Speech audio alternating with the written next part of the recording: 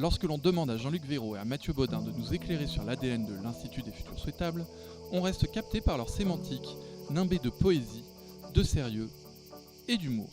L'Institut des Futurs Souhaitables, c'est une école de Jedi. Je crois que l'ADN, il est là. Les Jedi de leur temps, c'est-à-dire des explorateurs de la pensée, des explorateurs du siècle qui vient. L'Institut, c'est là pour les regrouper. C'est là pour créer le terreau auquel ils peuvent discuter. Et ensuite, faire ensemble. Je pense que l'énergie de l'époque, c'est faire ensemble, c'est faire plus que ça part, c'est voire même faire plus que ça part ensemble. Et ça, on est en train de le faire.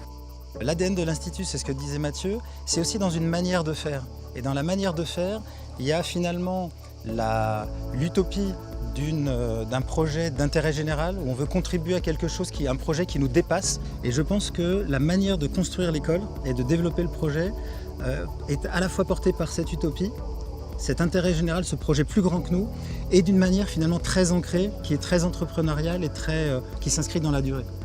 C'est aussi un mouvement poétique opératif. Il y a les deux dimensions. Le mouvement de sentir qu'un nouveau monde est déjà là.